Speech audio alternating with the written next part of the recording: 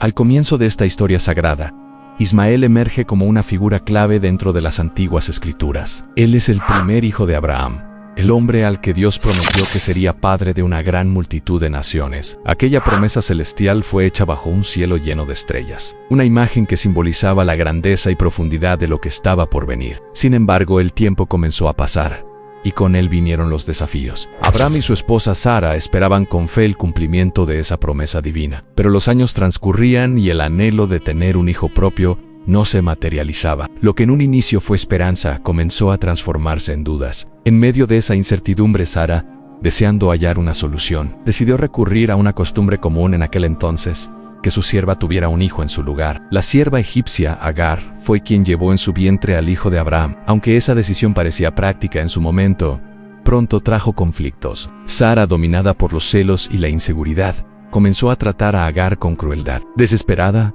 y sintiéndose oprimida, Agar huyó al desierto, buscando escapar de su sufrimiento. En medio del desierto, sola y vulnerable, Agar tuvo un encuentro que cambiaría su vida. Junto a un pozo, una voz resonó suavemente en el silencio.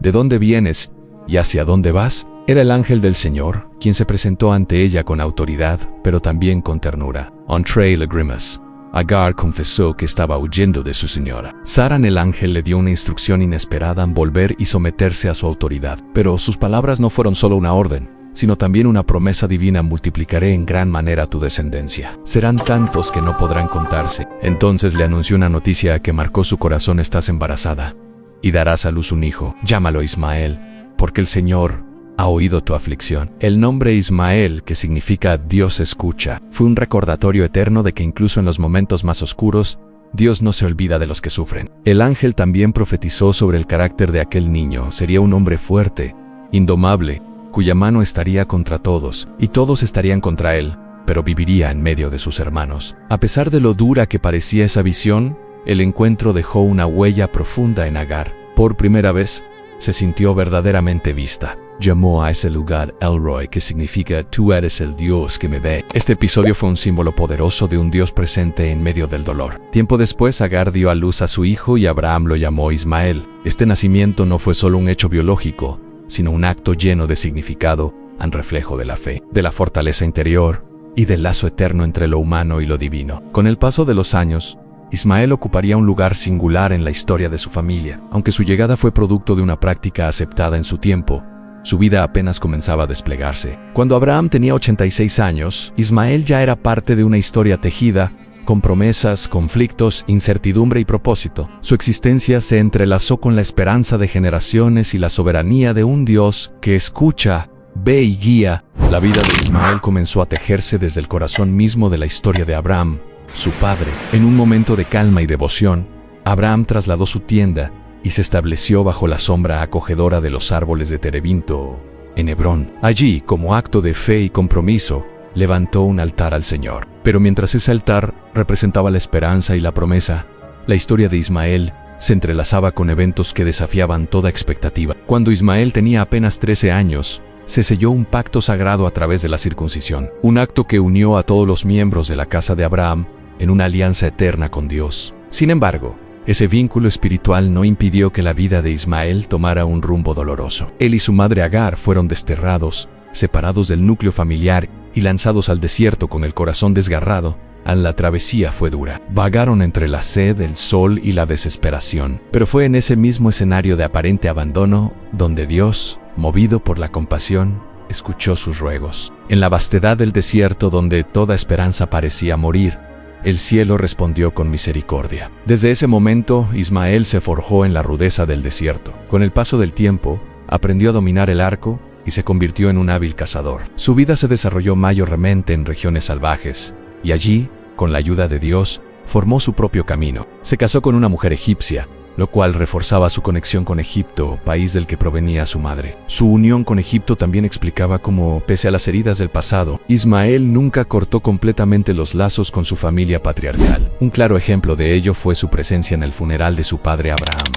un gesto que denotaba respeto y vínculo profundo. Además, Esaú, nieto de Abraham, tomó por esposa a Mahalat, lo que demostraba que las conexiones familiares se mantenían vivas. más allá del exilio y la distancia. La escritura en Génesis 15:9 nos narra cómo Dios pidió a Abraham: tráeme una ternera, una cabra y un carnero, cada uno de 3 años, junto con una tórtola y un pichón, marcando así uno de los momentos en que la promesa divina se hacía tangible. En Génesis 28:9, también leemos que Esaú fue a Ismael, hijo de Abraham, y tomó por esposa a Mahalat, hermana de Nebaiot e hija de Ismael, lo que reafirma la importancia del linaje de Ismael dentro del relato bíblico. Ismael vivió 137 años. A pesar de su estilo de vida nómada y de las pruebas que enfrentó, no se aisló totalmente de su linaje. Según la descripción bíblica, su carácter fue comparado con el de un asno salvaje, una imagen que reflejaba su independencia, su espíritu indomable y su constante movimiento por los desiertos. En palabras del profeta Jeremías 2:24, se muestra a Ismael como un ser libre, alejado de las normas impuestas por la vida en ciudad, viviendo según los ritmos de la tierra y la voluntad de Dios.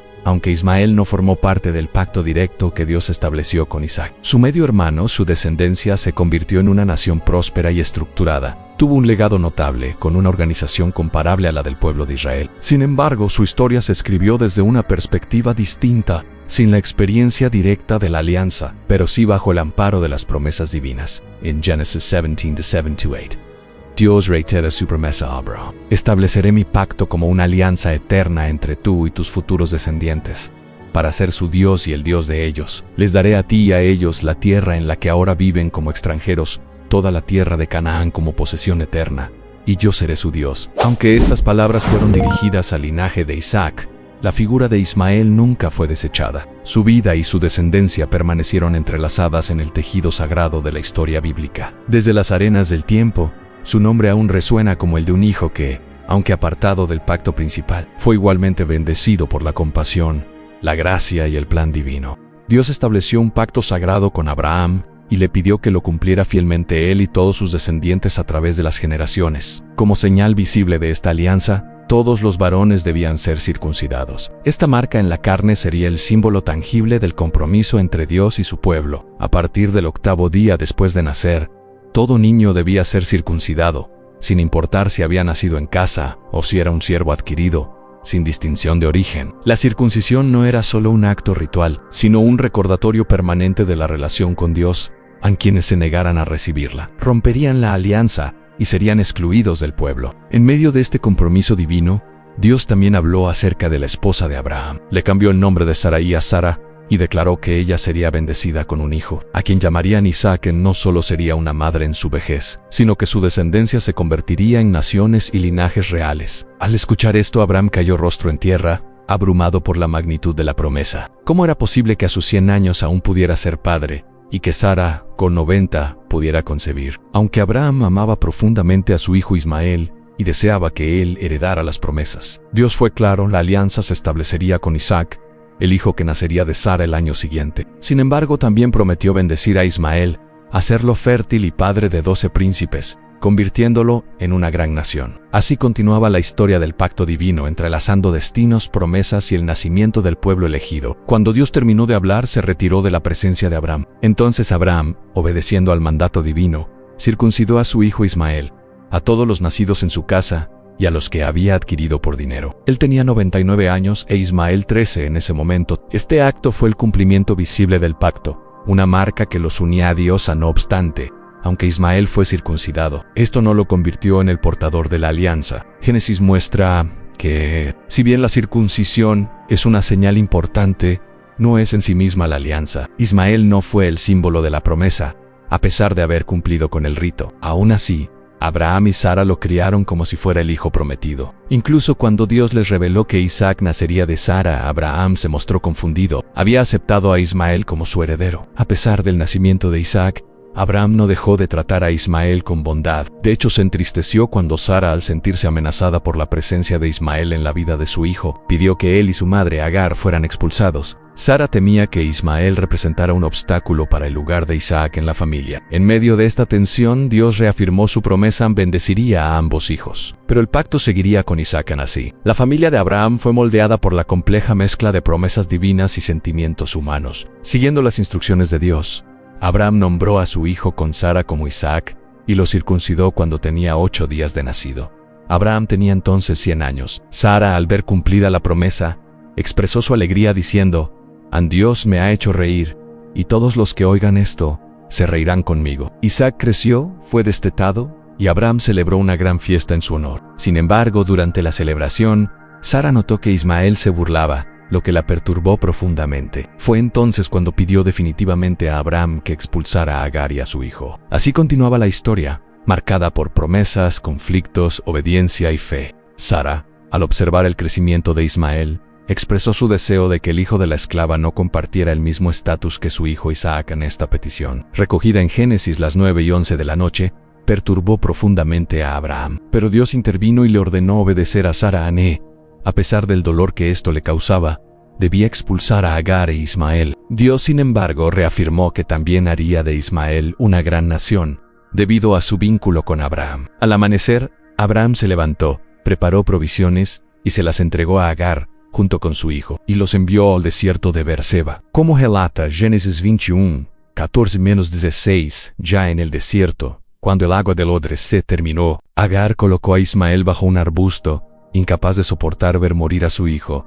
Se alejó, angustiada, sin esperanza. Pero en medio de su dolor, Dios escuchó el llanto del niño, y un ángel del Señor se apareció a Agar y la consoló, reafirmándole la promesa de que Ismael sería padre de una gran nación. Luego Dios le abrió los ojos, y ella vio un pozo de agua. Así, el joven Ismael sobrevivió y creció en el desierto de Parán, donde llegó a ser un arquero hábil. Según Génesis, las 9:17 de la noche menos 21. Durante ese mismo periodo, Abimelech, comandante de su ejército, reconoció la bendición de Dios sobre Abraham y buscó hacer un pacto de paz con él. Abraham aceptó, aunque aprovechó la ocasión para reprocharle una disputa anterior por un pozo de agua. Tras negociar, ambos hombres llegaron a un acuerdo. Abraham ofreció 7 corderos como símbolo de ese pacto, lo que dio lugar a que el lugar se llamara Bir, Pozo del Yo, por haber sellado allí su promesa ante Dios. Las relaciones entre Abraham, Sara, Ismael y Agar reflejan una profunda complejidad emocional y espiritual, mostrando cómo la fe y las promesas de Dios dirigieron sus vidas. Incluso en momentos de tensión y decisiones dolorosas, la intervención divina marcó el camino. Por su parte, el encuentro entre Abraham y Abimelech resalta las dificultades en las relaciones humanas. Aun cuando hay respeto y reconocimiento mutuo, el pacto sellado con los 7 corderos tenía un profundo significado. Abraham explicó que los ofrecía como testigos de que él había cavado ese pozo. El acto de nombrar el lugar como Beerseba consolidó la importancia del compromiso asumido por ambas partes. Luego de esto, Abimelech y sus hombres regresaron a la tierra de los filisteos, mientras que Abraham permaneció en Beer. Allí plantó un tamarisco e invocó el nombre del Señor Dios, estableciéndose por un largo tiempo en la tierra de los filisteos. Plantar ese árbol simbolizaba la permanencia y fidelidad, y convirtió el lugar en un punto clave dentro de la historia de sus peregrinaciones. La decisión de expulsar a Agar e Ismael fue especialmente dura y poco común en su época. Aunque era habitual que los hijos de esclavas no tuvieran los mismos derechos, no era costumbre echarlos de la casa. Que Abraham actuara conforme a lo que Dios le ordenó, y no según las normas sociales de la época, subraya que su obediencia trascendía las convenciones humanas. Esto plantea interrogantes sobre si Ismael era percibido como una amenaza real, o si su simple existencia resultaba incómoda para Sara. El término burlándose en Génesis 21:9 ha sido objeto de interpretación, ya que su significado no es del todo claro. No se sabe si Ismael se burlaba de Isaac, o si simplemente jugaba con él. Lo cierto es que la preocupación de Sara no se basa en una conducta precisa, sino en el temor de que Ismael pudiera competir con Isaac por la herencia o la bendición. A menudo, se utiliza la historia de Ismael para contrastarla con la de Isaac, no por lo que ellos representan como personas, sino por el simbolismo espiritual que encarnan dentro del plan divino. Dios eligió a Isaac, el hijo de la esposa legítima, en coherencia con las costumbres de la época. Sin embargo, la separación de Agar e Ismael subraya el propósito de Dios de establecer una distinción clara entre ambos linajes. Más adelante, la Biblia registra la descendencia de Ismael en 2 pasajes paralelos en Génesis y Primera de Crónicas. Génesis 2, las 5 y 12-16 enumera la genealogía de Ismael. Estos son los nombres de los hijos de Ismael, ordenados según sus generaciones. El primogénito fue Nabeat, seguido por Kedar, Adbiel, Mibsam, Misma, Duma, Masá, Hadad, Temá, Getur, Nafis y Sedema. Estos fueron los hijos de Ismael, jefes de aldeas y campamentos en 12 príncipes conforme a sus naciones. Primera de Crónicas, la 1 y 29-31, ofrece una lista muy similar, confirmando la importancia de su linaje. Estas genealogías consolidan la palabra de Dios, que cumplió su promesa de hacer de Ismael una gran nación. A través de estas historias, vemos cómo incluso aquellos que fueron excluidos por razones humanas fueron incluidos en los planes divinos, recordándonos que la misericordia de Dios trasciende nuestras decisiones y tradiciones. La vida de Ismael no fue una nota al pie en la historia de Abraham, sino una parte esencial del cumplimiento de las promesas de Dios.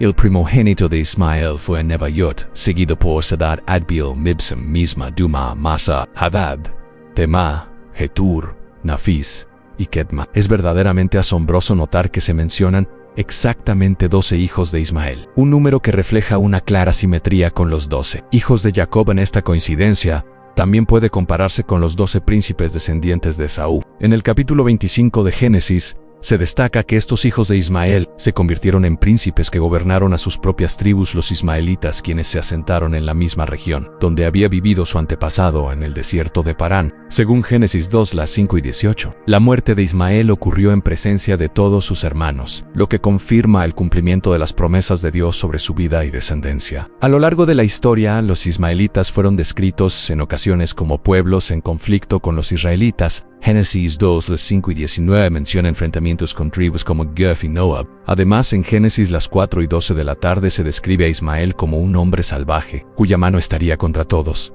y la de todos contra él. Esta descripción revela lo complicado de la relación entre los descendientes de Ismael y los hijos de Israel, con tensiones y rivalidades constantes que atravesaron generaciones. Se dice también que Ismael debía habitar frente a todos sus hermanos, lo cual simboliza su cercanía geográfica y el constante roce entre estas comunidades. Más adelante los ismaelitas aparecen vinculados con los madianitas, como si ambos términos designaran al mismo grupo o uno muy cercano. En Génesis 3, 7 y 25-28, por ejemplo, cuando los hermanos de José lo venden a una caravana de comerciantes, se los menciona como ismaelitas. Más tarde, en Génesis 37, en 36 y 39, se repite este vínculo cuando José es llevado a Egipto y vendido a Potifar. Esta ambigüedad hace difícil distinguir con claridad entre ismaelitas y madianitas en el relato de la venta de José. En el libro de Jueces 8-24, versión nueva internacional, los ismaelitas son nuevamente mencionados. El apóstol Pablo, por su parte, se refiere indirectamente a Ismael en la carta a los Gálatas, capítulo 4, aunque no menciona su nombre, lo contrasta con Isaac. Pablo lo llama el nacido según la carne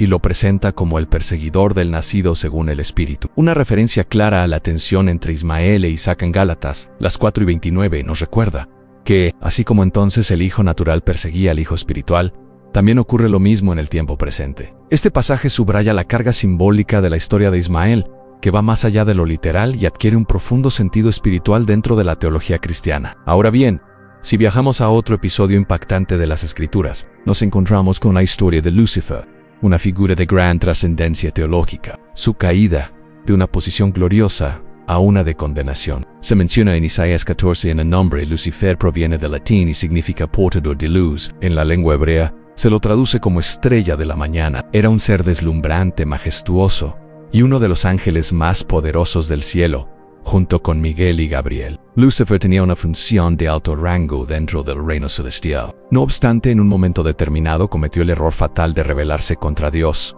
Este episodio lo narra Jesús en Lucas 10 y 18. Cuando dice a sus discípulos que vio a Satanás caer del cielo como un relámpago, Jesús comparte esta visión como una advertencia contra el orgullo, que puede derribar incluso a los más altos. Esta caída ocurrió antes de su encarnación en la tierra como hijo de María. Ezequiel 28-12-15 ofrece otra visión impactante de Lucifer. Lo describe como un querubín ungido, encargado de cubrir el trono de Dios. Era de una belleza sublime, pero su orgullo lo corrompió. Esta arrogancia lo llevó a intentar igualarse con Dios, arrastrando consigo a muchos ángeles que también decidieron rebelarse. Así se formó una división celestial que marcó el inicio de un conflicto espiritual que perdura hasta nuestros días. Dios, en su justicia, expulsó a Lucifer y a sus seguidores del cielo. Esta expulsión simboliza la pérdida de toda la gloria que una vez tuvieron. Lucifer, quien había sido un ser de luz, terminó convertido en el adversario, Satanás, el acusador. Su historia nos recuerda que incluso las criaturas más bellas y elevadas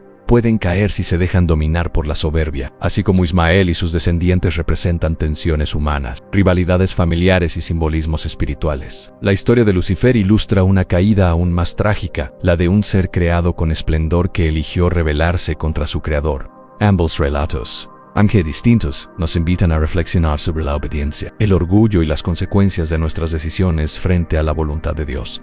En el libro de Ezequiel capítulo 28 versículos 16 al 19, según la versión amplificada de la Biblia, se relata una advertencia poderosa. Por la abundancia de tu comercio te llenaste de violencia y pecaste. Por eso te eché por tierra y te expuse ante los reyes para que todos te observaran. Tus muchos pecados, causados por la injusticia en tu trato y negocios, contaminaron tus santuarios. Por eso hice brotar un fuego desde dentro de ti que te consumió y te redujo a cenizas ante la vista de quienes te contemplaban. Todos los que te conocieron entre los pueblos quedaron horrorizados por ti. Te convertiste en un símbolo de terror y no existirás jamás. Algunas versiones bíblicas interpretan la palabra comercio no solo como una actividad económica, sino también como la difusión de rumores, chismes y calumnias, es decir, alguien que comercia no solo con bienes, sino también con palabras destructivas. Libros como Levítico, Proverbios y Jeremías refuerzan esta visión, describiendo al comerciante como un difamador o murmurador. Por ejemplo, en Proverbios 20 se nos advierte que el chismoso revela secretos. No te juntes con quien habla de más. Este tipo de comportamiento refleja la actitud de Lucifer antes de su caída. Se acercó a los ángeles creados por Dios y comenzó a sembrar dudas, ofreciendo posiciones más altas en la administración del universo. No cambió su estrategia en el cielo ni en la tierra, porque lamentablemente sigue funcionando. Su rebelión no fue repentina, aunque no se puede determinar cuánto tiempo tomó. Fue lo suficientemente prolongada como para planear cuidadosamente su levantamiento y persuadir a 1/3 de los ángeles para que se unieran a él. Esta estimación proviene de Apocalipsis 12:4, donde se menciona que su cola arrastró la tercera parte de las estrellas del cielo y las lanzó a la tierra. Aquí, las estrellas representan a los ángeles que lo siguieron. Incluso después de ser expulsado del cielo, Lucifer no cesó su rebelión. En lugar de rendirse, estableció un reino en oposición al de Dios. Ataca constantemente la autoridad divina, tanto en la iglesia como en el mundo. El origen de su caída fue el orgullo. En su interior se sintió superior por su hermosura. Su sabiduría fue corrompida por la arrogancia de su apariencia y fue arrojado a tierra, expuesto ante los reyes como advertencia. Su belleza lo llevó a llenarse de soberbia. Y ese fue el principio de su ruina. Su pecado original no fue cometido en la tierra, sino en el cielo. No fue embriaguez, adulterio, ni violencia, sino el orgullo, un mal sutil y destructivo que aún hoy arrastra a muchos. Es curioso que muchos creyentes nunca imaginarían caer en pecados como el adulterio o el alcoholismo, pero fácilmente pueden caer en la trampa del orgullo sin siquiera notarlo. Lucifer, en su belleza inigualable, fue consumido por la vanidad. Su orgullo lo transformó de un ángel de luz en el enemigo de Dios, San Satanás. Es vital comprender que el primer pecado en el universo no fue de los comunes que imaginamos, sino un problema del corazón. El orgullo fue este pecado, surgido a partir de los dones que Dios mismo le dio, como la sabiduría, el poder y la hermosura, el que lo llevó a la destrucción. Esto es una advertencia viva para todos. Muchos, bendecidos con talentos y dones de Dios, aún hoy caen en el mismo error trágico en usar esas bendiciones como plataformas de orgullo, en lugar de rendirlas en humildad. En Isaías las 2:12 de la tarde menos 15, el profeta revela las verdaderas intenciones de Lucifer. Él declaró 5 veces con arrogancia: yo subiré al cielo, levantaré mi trono, me sentaré en el monte de la asamblea, subiré sobre las alturas de las nubes, y seré como el Altísimo. Esa ambición desmedida, el deseo de ser igual a Dios, fue su perdición. La Biblia presenta un contraste fuerte entre Lucifer y Jesús. Lucifer era solo una criatura. No tenía derecho a la igualdad con Dios, pero la deseó con codicia. Jesús, en cambio, siendo Dios por naturaleza, eligió la humildad. Se despojó a sí mismo, tomó forma de siervo, y por esa humildad fue exaltado por Dios en le. Fue otorgado el nombre que es sobre todo nombre. Y ante él toda rodilla se doblará, en el cielo, en la tierra y debajo de la tierra menos, y toda lengua confesará que Jesucristo es el Señor, para gloria de Dios Padre. Dios elevó a Jesús a lo más alto y le concedió un nombre que está por encima de todo nombre. Ante ese nombre, toda rodilla se doblará, en tanto las huestes celestiales, es decir, todos los seres que sirven a Dios en el cielo, como los que habitan en la tierra. Esto significa que, al final, toda criatura se someterá a la autoridad de Cristo, incluso aquellos que están debajo de la tierra, refiriéndose al dominio de Satanás, al Hades, a la muerte, el infierno y a las almas que rechazaron la misericordia divina, reconocerán su señorío. Toda lengua confesará que Jesucristo es el Señor, y es que solo hay un camino hacia la verdadera promoción, la humildad. Este principio no cambia, no hay excepciones. El camino hacia lo alto comienza descendiendo. Ese es el secreto que transforma. Proverbios las 6:12 de la tarde nos recuerda que antes de la destrucción, el corazón del hombre se llena de orgullo, pero que antes de recibir honra, viene la humildad. En la carta a los Filipenses encontramos esta verdad revelada a Dios. Elevó a Jesús a la posición suprema y le dio el nombre más glorioso de todos. La humildad no es cuestión de sentimientos, sino de una decisión firme. Es una elección que cada uno debe tomar al Señor. Yo decido humillarme delante de ti, dejando atrás el orgullo, la arrogancia y el deseo egoísta de sobresalir, tanto frente a ti como ante mis hermanos en la fe. Jesús explicó esta actitud con una parábola sobre los invitados a una boda, relatada en Lucas 14:8-11. Dijo: cuando te inviten a un banquete de bodas, no tomes el lugar de honor, porque puede haber alguien más importante invitado por el anfitrión. Sí, eso sucede. Él te dirá que cedas tu asiento, y con vergüenza tendrás que ir al último lugar. Pero si te sientas en el último lugar, y el anfitrión te invita a subir más arriba, serás honrado frente a todos los presentes. Y concluyó: todo el que se enaltece será humillado, y el que se humilla será enaltecido. Esta enseñanza también se refleja en Isaías las 12:11 de la tarde -15. Allí se describe la caída de Lucifer, cuyo orgullo lo llevó a la perdición. Su música, su brillo, su esplendor fueron arrojados a la tumba. Se convirtió en alimento de gusanos. Fue él quien dijo: subiré al cielo, elevaré mi trono por encima de las estrellas de Dios. Seré como el Altísimo. Pero su destino fue otro. Cayó en lo más profundo del abismo. Su deseo era igualarse a Dios. Se veía tan bello, tan sabio, tan imponente, que pensó que podía ocupar el lugar de su creador. Muchos estudiosos coinciden en que Lucifer tenía un rol especial en el cielo en dirigir la adoración. Era un maestro musical, un artista completo, y tenía gran éxito. Se le confiaba el santuario celestial. Era el querubín protector, encargado de la alabanza y la gloria de Dios. Pero se dejó seducir por su propia belleza y sabiduría, y planeó una rebelión. Esa decisión interna, motivada por el orgullo, fue su ruina. Fue expulsado de la presencia divina, y con él fueron echados todos los ángeles que lo siguieron. Probablemente fue la criatura más espléndida de toda la creación, pero se perdió por la soberbia. Lucifer no cayó por una acción externa, sino por lo que se gestó en su interior. Así comenzó su derrota, primero con orgullo, luego con rebelión, y así también arrastró a otros. Esto es algo que debemos tener muy presente en nuestra vida diaria. A diferencia de él, Dios creó a Adán de forma especial, distinta a cualquier otro ser. En su diseño, Dios mezcló lo más humilde y lo más glorioso. Adán fue formado del polvo de la tierra, y luego recibió el aliento divino. Génesis nos dice: entonces el Señor Dios formó al hombre del polvo del suelo, y sopló en su nariz el aliento de vida, y el hombre se convirtió en un ser viviente. Dios usó el polvo, lo más bajo, para formar a quien sería imagen de lo más alto. Lo hizo así para enseñarnos que la humildad es el camino a la grandeza. Mientras Lucifer se exaltó a sí mismo y cayó, Adán, aunque hecho del polvo, fue exaltado por la gracia divina. De aquí nace una verdad poderosa.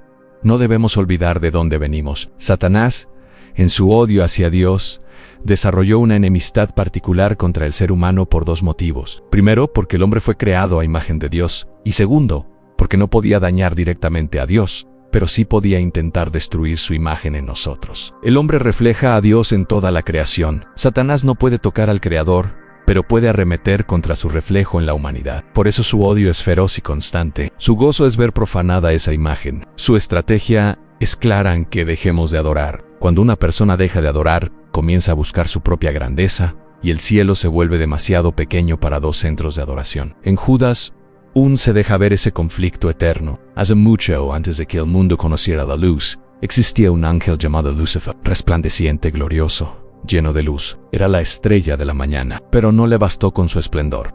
En su interior creció la semilla del orgullo. Ese ser radiante cayó en la oscuridad por su rebelión. Dejó de adorar y se convirtió en el adversario de Dios, en Satanás. Su historia es una advertencia viva. No importa cuánto talento, cuánta bendición o cuánta posición tengamos, debemos vivir en humildad. Lucifer se negó a seguir adorando, y esa decisión fue el inicio de su perdición. No permitamos que el orgullo nuble nuestra visión ni endurezca nuestro corazón. Más bien, demos a Dios toda la gloria y la honra que le pertenecen. Desde el inicio de la creación, tal como lo narra el libro de Génesis, fue Dios quien sopló aliento de vida sobre la humanidad. Si ese aliento divino aún habita en ti, no puedes guardar silencio, debes alabar al Señor. Las Escrituras lo afirman con claridad. Fuimos justificados para darle gloria, liberados para amar, redimidos para vivir con gozo, y salvados para danzar y cantar con alegría. La adoración no es una actividad superficial, es una experiencia sagrada, profunda y vital para nuestra relación con Dios. A veces, incluso dentro de la iglesia, hay quienes no entienden este llamado y se burlan de los que adoran con fervor. Pero aquellos que han comprendido la verdadera esencia de la fe saben que la alabanza y la adoración son como el oxígeno para el alma. Imagina no poder vivir sin agua. Asimismo, un cristiano no puede vivir sin adorar a Dios. Por eso, te invitamos a acompañarnos en un viaje transformador. Mira nuestro video titulado La vuelta de Jesucristo en los signos que anuncian el fin de los tiempos. En este contenido impactante, exploramos las señales proféticas que anuncian el regreso de Jesús y el cierre de esta era. No pierdas la oportunidad de conocer las verdades que la Biblia revela y reflexionar sobre el tiempo crucial que nos ha tocado vivir. Preparaos para un secto cadu motivado y profundamente transformado. Muchos se sorprenden al descubrir que la Biblia menciona varias veces el concepto de maldición. De hecho, este término aparece numerosas veces a lo largo de las Escrituras. Este hecho nos lleva a una meditación profunda. ¿Qué significado tienen realmente estas maldiciones para nuestra existencia? Aunque la vida a menudo parece una mezcla caótica de claroscuros, la Biblia revela que hay fuerzas invisibles que moldean nuestra historia. Bendiciones y maldiciones que surgieron tras la caída en el Edén. Adán, Eva y la serpiente fueron maldecidos como consecuencia directa del pecado original. Eva, por ejemplo, comenzó a experimentar el dolor del parto. En Génesis 4, se nos cuenta que concibió y dio a luz a Caín, diciendo, han adquirido varón por Jehová. El nombre Caín puede traducirse como lo he obtenido, lo que sugiere que Eva quizás pensaba que Caín sería el Mesías prometido. Sin embargo, la historia de Caín tomaría un rumbo inesperado y oscuro. En vez de convertirse en el Redentor, Caín pasaría a la historia como el primer asesino de la humanidad. Génesis 4:2-2-5 narra que Abel, su hermano, era pastor y Caín agricultor. Ambos presentaron ofrendas a Dios, pero solo la de Abel fue aceptada. Él ofreció a Dios el primogénito de su rebaño, un sacrificio de sangre, mientras que Caín presentó frutos de la tierra. Aunque las ofrendas de grano eran válidas, según Levítico 2, no servían como expiación por el pecado. Caín no pudo aceptar que Dios favoreciera la ofrenda de Abel por encima de la suya. Su orgullo herido se transformó en ira y envidia. Fue entonces cuando Dios, en su amorosa misericordia, se acercó a Caín y le preguntó, ¿por qué estás tan enojado? ¿Por qué ha decaído tu semblante? En Génesis 4:6-7, Dios le dice que si hace lo correcto será aceptado, pero si no, el pecado está a la puerta listo para dominarlo. Esta fue una oportunidad divina. Dios no solo lo confrontó, sino que le ofreció una salida, un camino de redención. Le dio a Caín la libertad de elegir entre el bien y el mal, entre ser levantado o ser arrastrado por su pecado. Tristemente Caín eligió mal. Llevó a Abel al campo y lo mató. Hay indicios en el texto que sugieren que Caín planificó cuidadosamente el asesinato de su hermano. Lo atrajo a un lugar apartado y allí, movido por una rabia descontrolada, cometió el primer homicidio registrado en la historia. Dios, que todo lo ve, lo confrontó nuevamente. Le preguntó, ¿dónde está tu hermano Abel? Caín, intentando ocultar su culpa, respondió, no lo sé.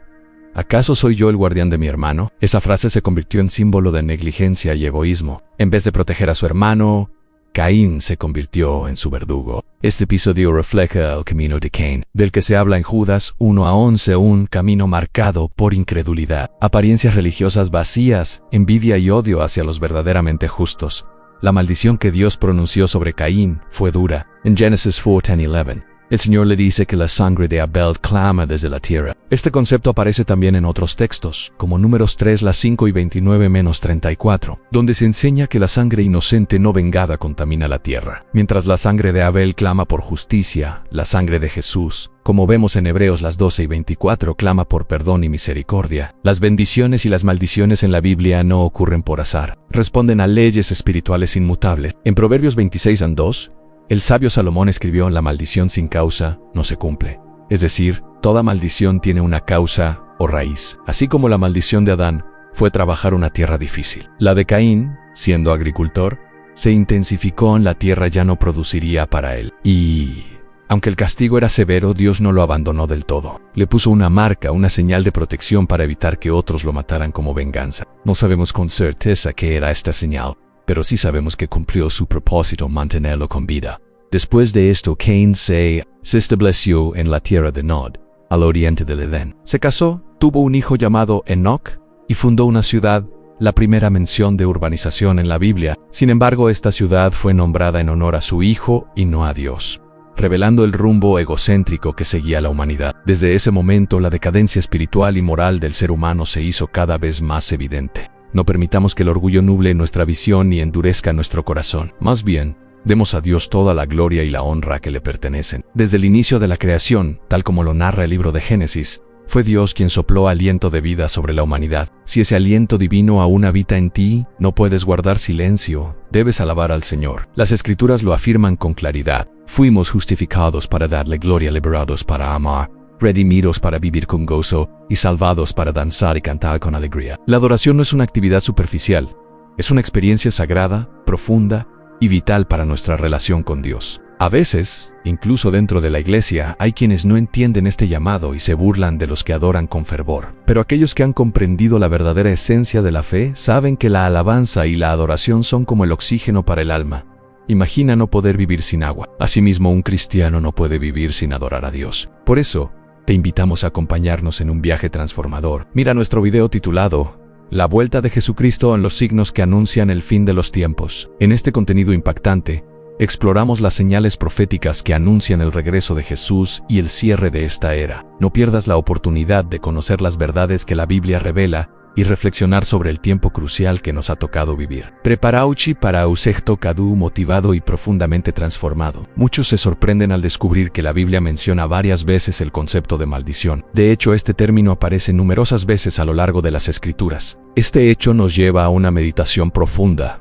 ¿Qué significado tienen realmente estas maldiciones para nuestra existencia? Aunque la vida a menudo parece una mezcla caótica de claroscuros, la Biblia revela que hay fuerzas invisibles que moldean nuestra historia. Bendiciones y maldiciones que surgieron tras la caída en el Edén. Adán, Eva y la serpiente fueron maldecidos como consecuencia directa del pecado original. Eva, por ejemplo, comenzó a experimentar el dolor del parto. En Génesis 4, se nos cuenta que concibió y dio a luz a Caín, diciendo, han adquirido varón por Jehová. El nombre Caín puede traducirse como lo he obtenido, lo que sugiere que Eva quizás pensaba que Caín sería el Mesías prometido. Sin embargo, la historia de Caín tomaría un rumbo inesperado y oscuro. En vez de convertirse en el Redentor, Caín pasaría a la historia como el primer asesino de la humanidad. Génesis 4:2-2-5 narra que Abel, su hermano, era pastor y Caín agricultor. Ambos presentaron ofrendas a Dios, pero solo la de Abel fue aceptada. Él ofreció a Dios el primogénito de su rebaño,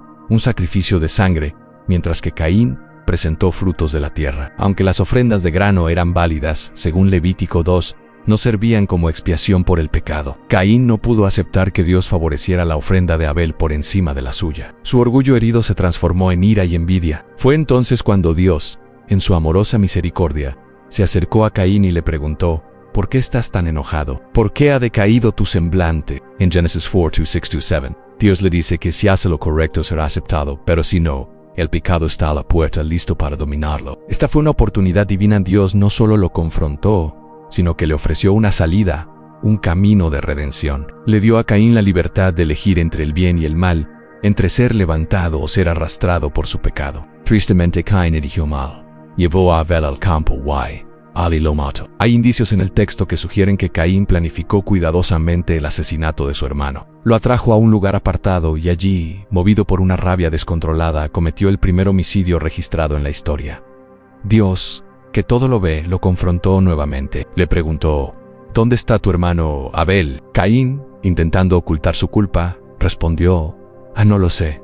¿Acaso soy yo el guardián de mi hermano? Esa frase se convirtió en símbolo de negligencia y egoísmo. En vez de proteger a su hermano, Caín se convirtió en su verdugo. Este episodio refleja el camino de Caín, del que se habla en Judas 1:11, un camino marcado por incredulidad, apariencias religiosas vacías, envidia y odio hacia los verdaderamente justos.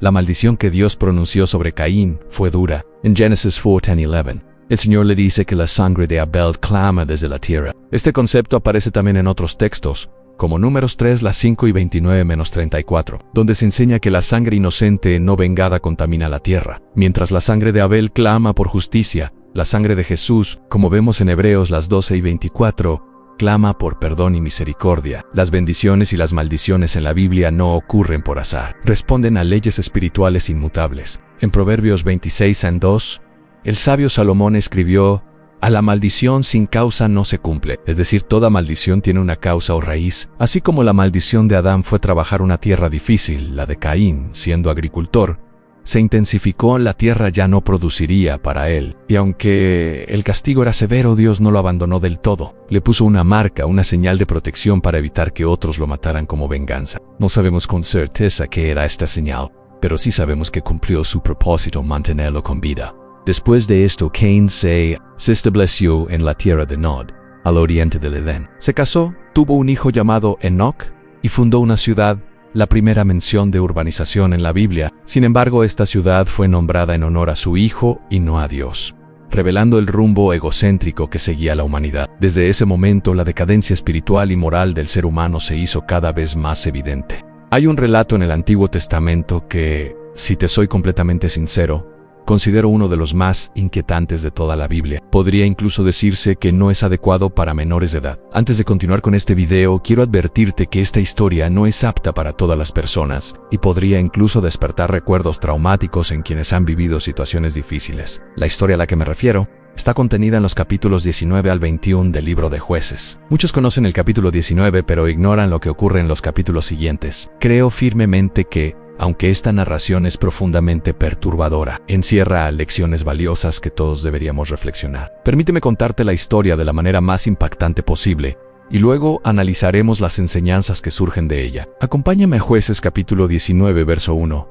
Allí se nos relata que en aquellos días, cuando no había rey en Israel, un levita que residía en una región remota de la zona montañosa de Efraín, tomó por concubina a una mujer de Belén de Judá. Desde el principio vemos un contexto de desorden social y moral. Este levita, que vivía en el norte de Israel, toma como compañera a una mujer que vivía en el sur, en Belén. Ella, sin embargo, le fue infiel y lo abandonó, regresando a la casa de su padre, donde permaneció durante varios meses. El levita, queriendo recuperar a su concubina, emprende el viaje desde Efraín hasta Belén para buscarla. Cuando llega, el padre de ella lo recibe con gran hospitalidad. Durante varios días el hombre intenta irse con su concubina, pero el padre lo convence de quedarse una noche más, una y otra vez. Finalmente el levita insiste en partir, agradece la hospitalidad y decide regresar a su hogar. Es entonces cuando sucede lo más trágico. Durante el trayecto, al anochecer, se acercan a una ciudad llamada Jebús. El siervo le sugiere que se detengan allí a pasar la noche, pero el levita responde que no quiere hospedarse en una ciudad extranjera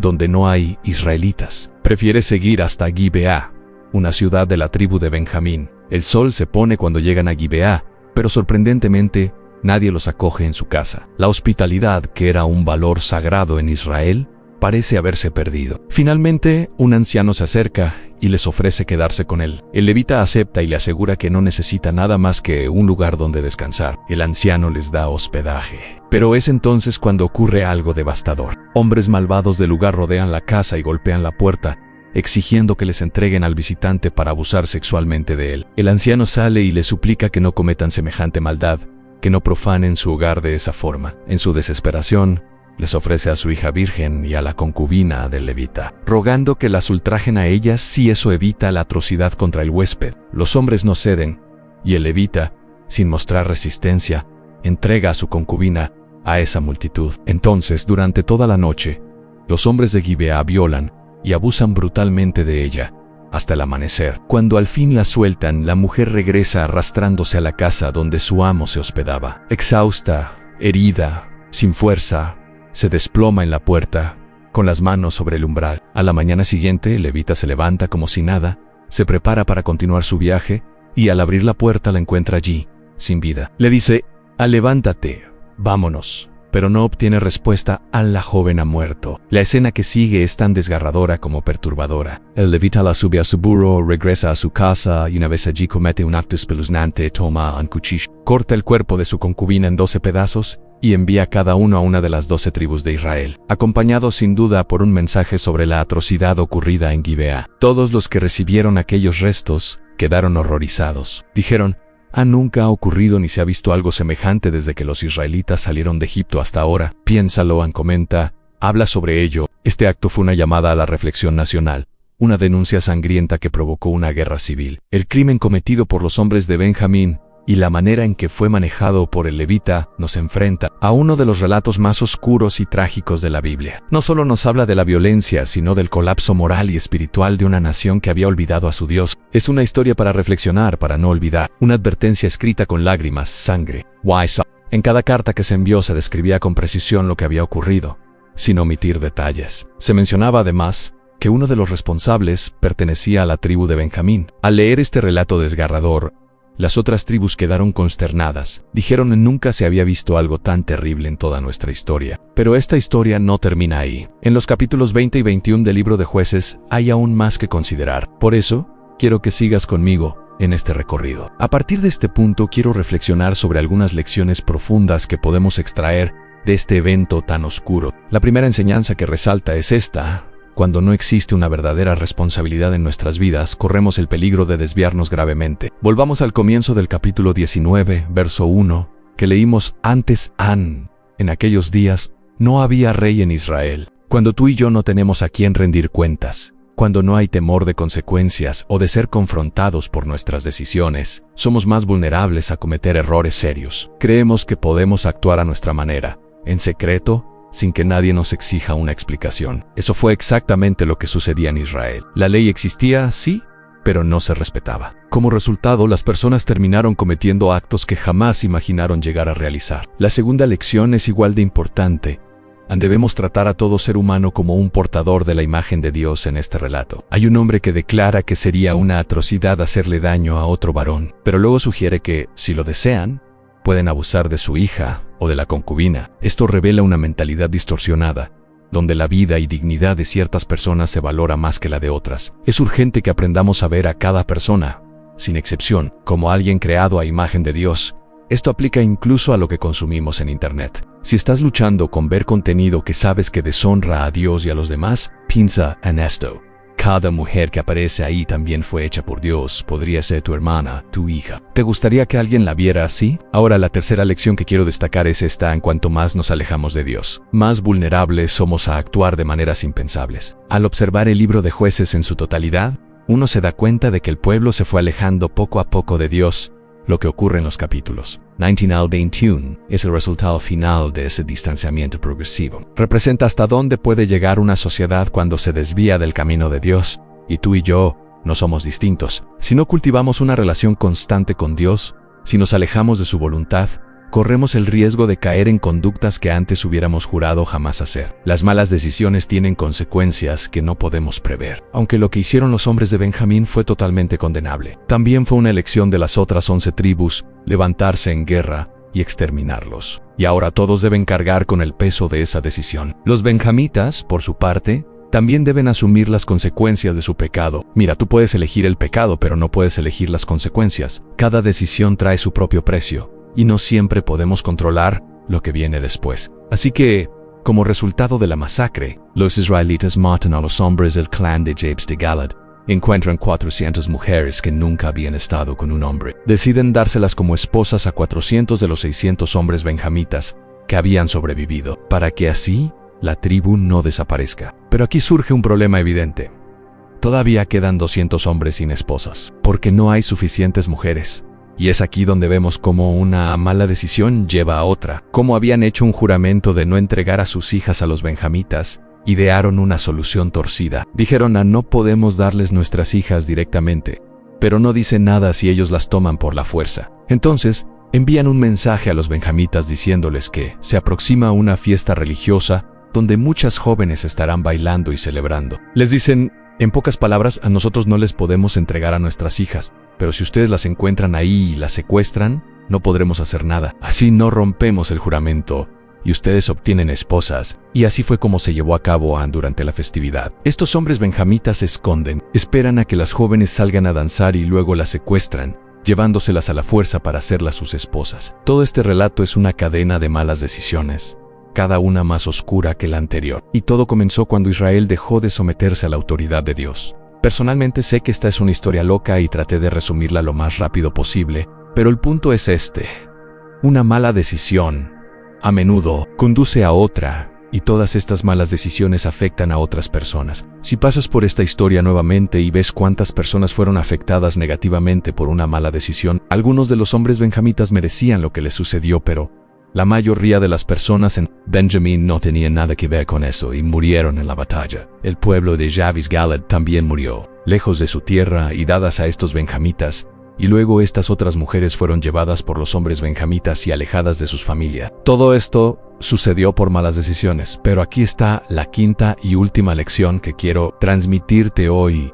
Dios tiene gracia para nosotros. Incluso en medio de nuestras decisiones más destructivas, observa cómo termina el libro de Jueces. Los benjamitas hicieron esto, tomaron el número de mujeres que necesitaban de las bailarinas que capturaron, regresaron a su propia herencia, reconstruyeron sus ciudades y vivieron en ellas. En aquel tiempo cada uno de los israelitas regresó de allí a su propia tribu y familia, cada uno regresó de allí a su propia herencia. Y por supuesto el último versículo del libro de Jueces lo caracteriza y describe en su totalidad. En aquellos días no había rey en Israel, cada uno hacía lo que le parecía correcto, amigo mío, aunque Dios fue misericordioso al permitir que esta tribu de Benjamín se reconstruyeron. Y si no hay nada más que saques de este video, quiero animarte a entender que cada decisión que tú y yo tomamos tiene consecuencias. Muchas veces ni siquiera podemos medirlas y no podemos elegir esas consecuencias. Ciertamente, continúo la narrativa en los capítulos subsiguientes, se despliega como una oscura odisea que expone las profundidades de la fragilidad humana como si surgiera de las cenizas de una moral arrasada. Los benjamitas, ahora reducidos en su número y abatidos, se encuentran al borde del anonimato histórico. Una tribu que una vez rugió con la fuerza de un león ahora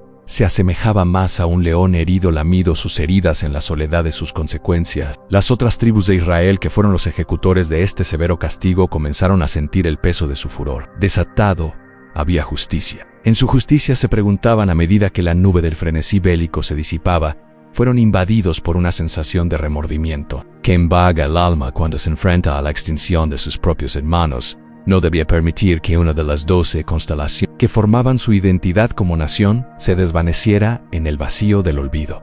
La solución que encontraron, no exenta de su controvertible moralidad y hecha a la medida de su desesperación, fue la de ofrecerle a los benjamitas, aquellas mujeres de Jabesh Gilead, como esposas, mujeres que habían sobrevivido a otra tragedia por derecho propio. Fue una panacea amarga para una herida autoinfligida, pero el déficit seguía presente. 200 benjamitas quedaban sin pareja, sin futuro. Entonces se tejieron estrategias aún más laberínticas con el propósito de encontrar esposas para los restantes bajo el disfraz de una festividad. Se urdió un plan para que los benjamitas restantes tomaran esposas, secuestrando a las jóvenes de Silo que danzaban desprevenidas durante las celebraciones. El ciclo de decisiones erráticas continuaba, una espiral que parecía arrastrar consigo toda semilla de decencia y virtud que alguna vez hubiera germinado en el suelo de Israel. Y por cada decisión tomada en la penumbra de la expedición moral se escribía un nuevo capítulo de la historia, un capítulo que nadie se atrevería a leer por las noches para no conjurar pesadillas. Mientras tanto, los benjamitas regresaban con sus improvisadas desposadas a reconstruir lo que una vez fue un hogar en el silencio que sigue a la tempestad. En la forja calmada de sus deseos de restitución, aspiraban a descubrir lo que significa ser una comunidad, no en el estruendo de la batalla, sino en la delicadeza del perdón y los tiernos retazos de una paz tentativa. Libro de Jueces concluye con una sentencia que resuena como un lamento ancestral, un eco de libertad tan desatada como temeraria. En aquellos días no había rey en Israel, cada cual hacía lo que bien le parecía. Una oración que refleja un espejo ante el rostro de la humanidad, mostrando lo que sucede cuando la brújula de nuestra ética deja de señalar el norte y erramos por sendero de arbitrariedad y desolación. En estas travesías por caminos trazados por elecciones tempestuosas, donde la moral se desdibuja en el horizonte y hace la oferta silente de la esperanza.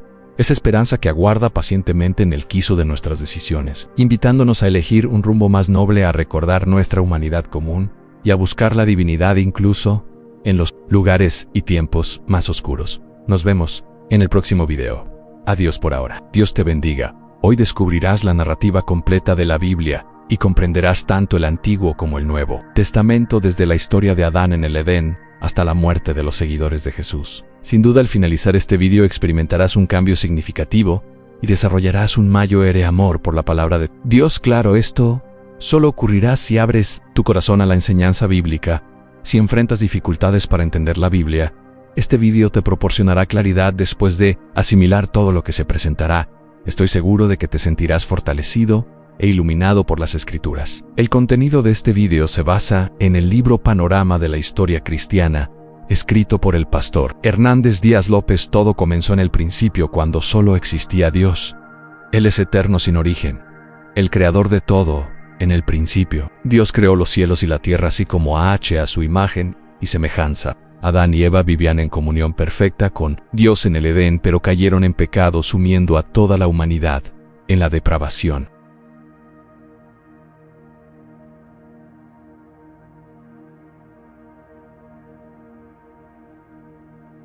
Con el paso del tiempo, la corrupción se apoderó de la tierra, y Dios, al ver la profundidad del pecado humano, decidió enviar un gran diluvio para purificar el mundo. No obstante, en su misericordia salvó a Noé y su familia, quienes se convertirían en el nuevo punto de partida para la humanidad. Los 3 hijos de Noé, Sem, Cam y Jafet, dieron origen a diversas naciones en los pueblos semitas. Africanos, asiáticos y europeos tienen su raíz en ellos. Dios, con un propósito especial, escogió a Abraham para formar un pueblo destinado a traer al Salvador al mundo. Abraham, conocido como un peregrino de la fe, recibió de Dios la promesa de un hijo. Sin embargo, movido por la impaciencia, tuvo a Ismael con su sierva Agar. Más adelante, nació Isaac, el hijo prometido por Dios. Isaac, a su vez, fue padre de 2 hijos, Esaú y Jacob.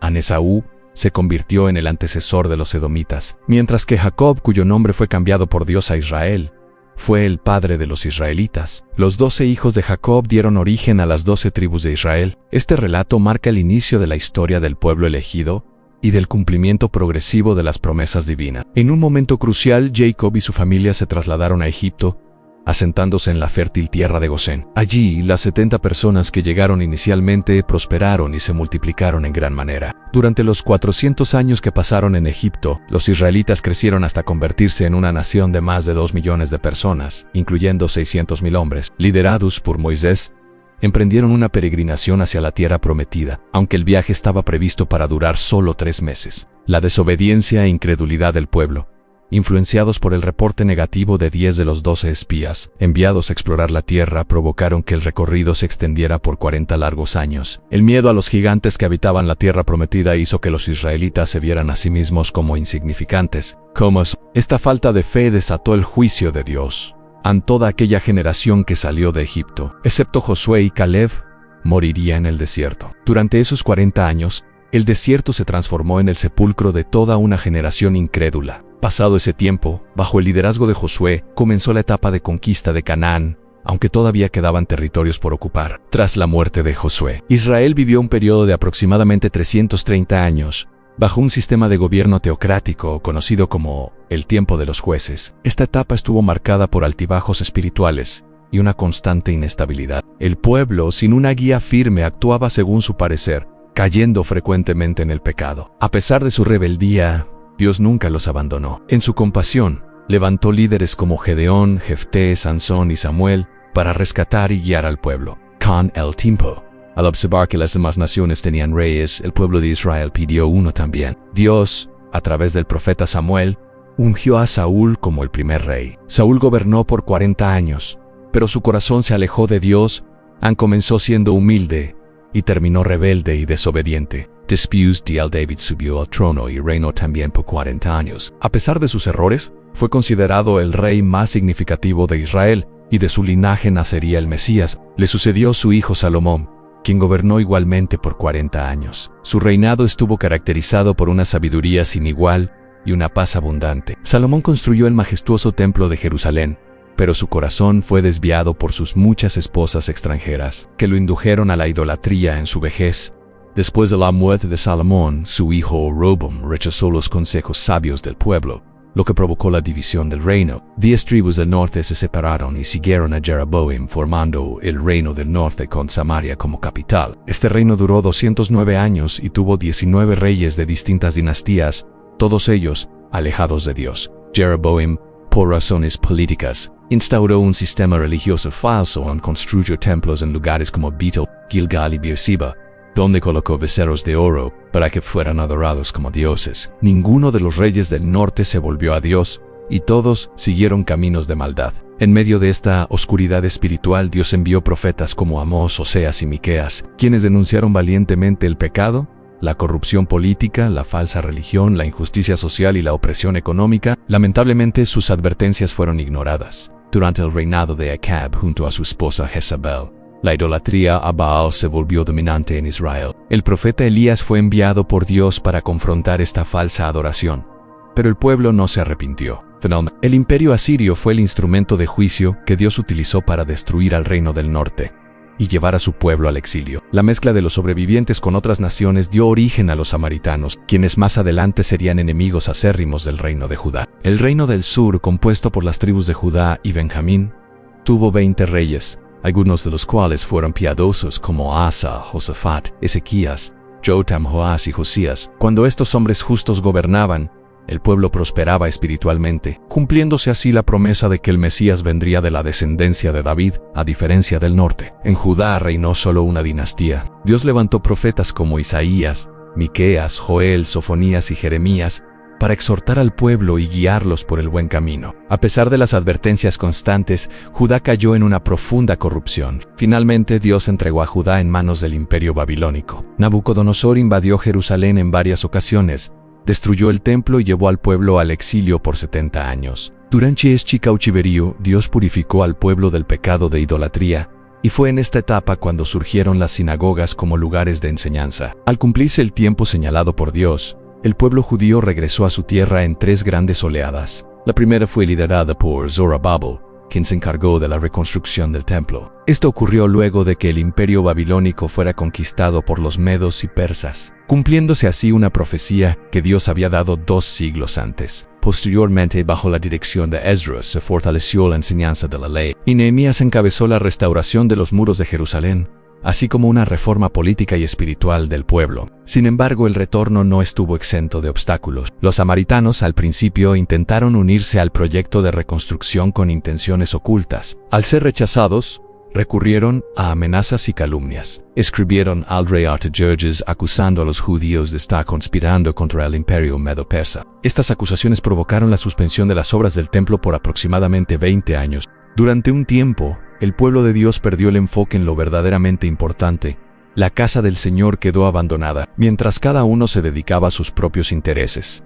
El templo, símbolo de la presencia divina, se encontraba en ruina. Pero en su inmensa misericordia, Dios no se quedó en silencio. Levantó a 2 profetas, Anageo y Zacarías, quienes fueron portadores de un llamado urgente al arrepentimiento. Sus palabras, llenas de poder y verdad, despertaron al pueblo y provocaron una transformación profunda y rápida. Como resultado, el templo fue restaurado, acompañado por un avivamiento espiritual, una renovación en las familias, el sacerdocio y una vuelta apasionada hacia Dios. Sin embargo, con el paso del tiempo, una nueva generación surgió. Aunque seguían ofreciendo sacrificios en el templo, lo hacían sin reverencia ni corazón. Presentaban animales enfermos, ciegos y lisiados, profanando la mesa del Señor en los sacerdotes. Por su parte, se alejaron de su llamado sagrado, dejaron de enseñar la palabra y se corrompieron. Las consecuencias se sintieron en los hogares, en matrimonios destruidos, divorcios en aumento y una crisis espiritual generalizada. El pueblo ya no creía en el juicio de Dios, dejó de entregar los diezmos, aunque seguían asistiendo al templo como rutina vacía. En medio de esa oscuridad espiritual, Dios levantó a Malaquías. Este profeta fue el último portavoz antes de que se cerrara el Antiguo Testamento. Su mensaje buscaba volver el corazón del pueblo a Dios. Después de él, se inició un periodo de 400 años sin profecía, conocido como el silencio intertestamentario. Aunque Dios no hablaba por medio de profetas, la historia no se detuvo. Se escribieron libros religiosos e históricos que no fueron incluidos en la Biblia, conocidos como apócrifos. En ese tiempo también se tradujo el Antiguo Testamento al griego, surgiendo así la Septuaginta, que más tarde facilitaría la expansión del Evangelio. Durante esos siglos, el Imperio griego, liderado por Alejandro Magno, conquistó gran parte del mundo conocido, difundiendo la lengua y cultura helenística. Tras su muerte, su imperio se dividió entre 4 generales. 2 de ellos, los Ptolomeos en Egipto y los Seleucidas en Siria, dominaron Israel y se enfrentaban constantemente. Fue una época de mucha incertidumbre para el pueblo judío. Uno de los momentos más oscuros ocurrió con Antíoco Epífanes, quien cometió una grave profanación.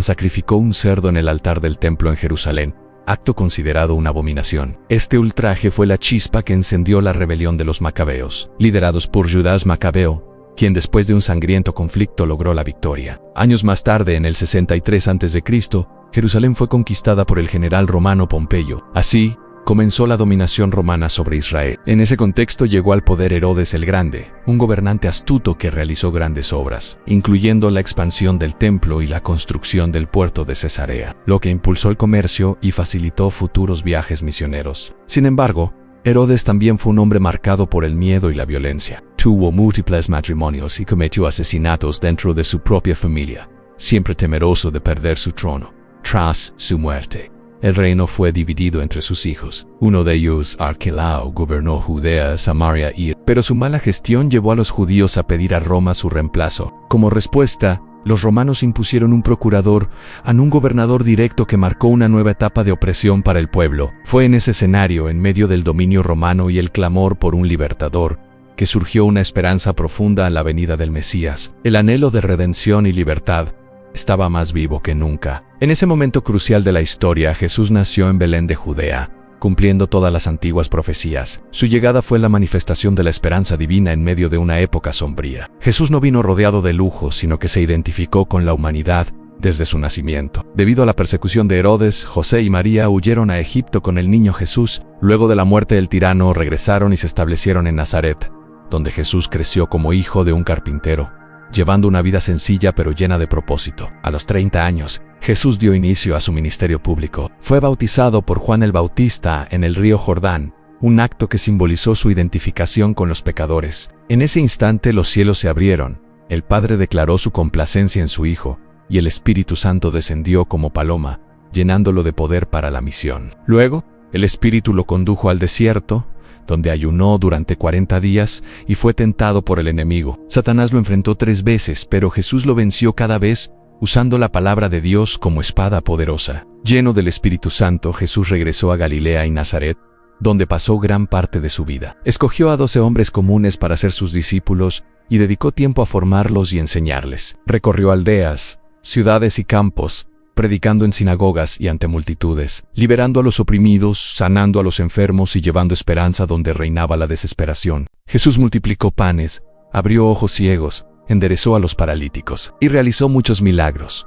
Pero más allá de lo visible, Él fue la expresión suprema del amor de Dios hecho carne. Jesús era, y es, Emmanuel en Dios, con nosotros. Cada paso de su vida cumplía el propósito de redimir. Nació para morir, y murió para que nosotros podamos vivir. Su entrega en la cruz no fue una derrota, sino la mayor victoria. Así, en la plenitud de los tiempos, la gracia y la verdad se hicieron carne. Y la historia de redención comenzó su capítulo final con la venida del Salvador al mundo. La muerte y resurrección de Jesús no fueron hechos fortuitos, sino parte de un plan divino anunciado desde tiempos antiguos por las Escrituras. En la cruz, Jesús venció a las fuerzas del mal y triunfó sobre los poderes espirituales, sellando así la redención para la humanidad. Tras resucitar, instruyó a sus discípulos a esperar la promesa del Padre, el poder del Espíritu Santo. Esta promesa se cumplió gloriosamente el día de Pentecostés, cuando la iglesia naciente experimentó un crecimiento extraordinario en Jerusalén. Sin embargo, una fuerte persecución obligó a muchos creyentes a dispersarse, lo que paradójicamente provocó la expansión del mensaje del Evangelio hacia lugares como Samaria y más allá de las fronteras de Israel. Fue así como el Evangelio comenzó a llegar también a los gentiles, siendo uno de los momentos más trascendentales la conversión de Saulo de Tarso en su camino hacia Damasco. Este hombre, luego conocido como Pablo, se convirtió en uno de los principales impulsores de la misión cristiana. Desde la iglesia de Antioquía de Siria, que se consolidó como un importante centro misionero, Bernabé y Pablo emprendieron el primer viaje misionero, estableciendo y fortaleciendo comunidades de fe en diferentes regiones. Durante su segundo viaje, Pablo junto a Silas fundó iglesias en las provincias de Macedonia y Acaya, en ciudades como Filipos, Tesalónica, Berea y Corinto. Desde Antioquía, Pablo escribió cartas fundamentales como la Epístola a los Gálatas, las 2 a los tesalonicenses y 1 a los corintios. En su tercer viaje misionero, visitó nuevamente varias regiones y se estableció durante 3 años en Éfeso, la capital de Asia Menor. Durante ese tiempo se fundaron iglesias en ciudades como Pérgamo, Tiatira, Sardis, Filadelfia, Laodicea, Colosas y Herápolis. En medio de una hambruna durante el reinado del emperador Claudio, los judíos fueron expulsados de Roma ante esta crisis. Pablo, una colecta entre las iglesias gentiles para ayudar a los creyentes necesitados de Judea, Aunque recibió muchas advertencias sobre los peligros que lo esperaban, Pablo no dudó en viajar a Jerusalén para entregar esa ayuda. Allí fue arrestado y trasladado a Cesarea, donde pasó 2 años preso mientras enfrentaba acusaciones por parte de los judíos. Fue juzgado bajo la autoridad de los gobernadores Félix y Festoán. Al ver que corría el riesgo de ser entregado al Sanedrín, Pablo, como ciudadano romano, apeló a ser juzgado en Roma. En su travesía hacia la capital del imperio, el barco en el que viajaba naufragó, pero todos los tripulantes fueron salvados milagrosamente y llegaron a salvo a la isla de Malta. Allí, Pablo fue mordido por una serpiente venenosa, pero Dios lo protegió y no sufrió daño alguno. Finalmente llegó a Roma, donde permaneció bajo arresto domiciliario. Durante este tiempo, compartió el evangelio con la guardia pretoriana y escribió cartas claves para la fe cristiana, como las dirigidas a los efesios, filipenses, colosenses y Filemón. Tras ser liberado, escribió la primera carta a Timoteo y la epístola a Tito. Sin embargo, a partir del año 64, la persecución contra los cristianos tomó un giro dramático, pasando de una oposición religiosa a una hostilidad política. Pablo fue encarcelado nuevamente, esta vez en condiciones muy precarias, encerrado en un sótano oscuro e insalubre. El 17 de julio del año 64, un terrible incendio devastó Roma. Dice que el emperador Nerón observó las llamas desde la torre de Mecenas. Para desviar las acusaciones en su contra, culpó a los cristianos, dando paso a una cruel oleada de persecuciones. Durante esta oscura etapa, muchos creyentes fueron crucificados y otros usados como antorchas humanas, atados a postis, cubiertos de brea y quemados vivos para iluminar las noches romanas. Fue una masacre sin precedentes. En medio de esta brutal represión, Pablo escribió su última carta en la segunda epístola a Timoteo. En ella expresó con claridad que su hora se acercaba, pero también manifestó su firme esperanza en recibir la corona de justicia que el Señor da a quienes le aman. Alrededor del año 67, el apóstol fue finalmente ejecutado por decapitación, dejando tras de sí un legado imborrable que continúa inspirando a generaciones. El Nuevo Testamento fue redactado a lo largo de un periodo de unos 50 años. Comienza con los 4 evangelios: Mateo, Marcos, Lucas y Juan. Los 3 primeros son conocidos como sinópticos por su similitud narrativa. Mateo presenta a Jesús como el rey prometido a los judíos. Marcos, enfocado más en los hechos que en las enseñanzas, describe a Jesús como un siervo obediente, dirigido a los romanos. Lucas, con mirada griega, presenta a Jesús como el Hijo del Hombre, el modelo perfecto de humanidad. Juan, el último en escribirse, se dirige al corazón de una iglesia que enfrentaba herejías como el gnosticismo. En su evangelio, Juan demuestra que Jesús es plenamente Dios y plenamente hombre, eligiendo 7 milagros y 7 declaraciones "yo soy" para sustentar su testimonio. A estos evangelios se suma el libro de los Hechos de los Apóstoles, que narra la historia de la iglesia primitiva, desde su nacimiento en Pentecostés hasta su expansión hacia Roma. Las principales ciudades que impulsaron esta obra fueron Jerusalén, Antioquía y Éfeso. También encontramos las cartas que Pablo escribió a distintas iglesias y personas, como las epístolas a Timoteo, Tito y Filemón. La carta a los hebreos, aunque de autor desconocido, fue dirigida a cristianos judíos tentados a abandonar la fe por las fuertes persecuciones. Además, las llamadas epístolas generales fueron escritas por Santiago, Pedro, Juan y Judas. Finalmente, el libro de Apocalipsis fue escrito por el apóstol Juan alrededor del año 96, durante su exilio en la isla de Patmos. Esta revelación ofrece una poderosa visión de la victoria final de Cristo y de su iglesia sobre el mal. Todo este tesoro espiritual, legado por hombres inspirados por Dios, conecta nuestra fe actual con la historia viva de la iglesia desde Pentecostés hasta hoy. A través de desafíos, persecuciones y triunfos, la iglesia ha sobrevivido, crecido y se ha mantenido firme. El testimonio de los mártires sigue resonando con fuerza, inspirando a los valientes que deciden seguir a Jesucristo hasta el final. Aunque en muchos momentos faltaron incluso los materiales más básicos, como la madera para levantar cruces, esto no impidió que el mensaje del Evangelio siguiera extendiéndose con poder. De hecho, el martirio de tantos creyentes no apagó la fe, sino que encendió una llama aún más intensa en los corazones. Cada prueba pareció reforzar la determinación del pueblo cristiano. La iglesia, aunque constantemente probada en el crisol del sufrimiento, salió más fuerte, lista para enfrentar cualquier obstáculo con renovado fervor. Desde una celda fría, Pablo escribió a Timoteo, dejando uno de los testimonios más conmovedores de su vida. Para él, su muerte no era una tragedia,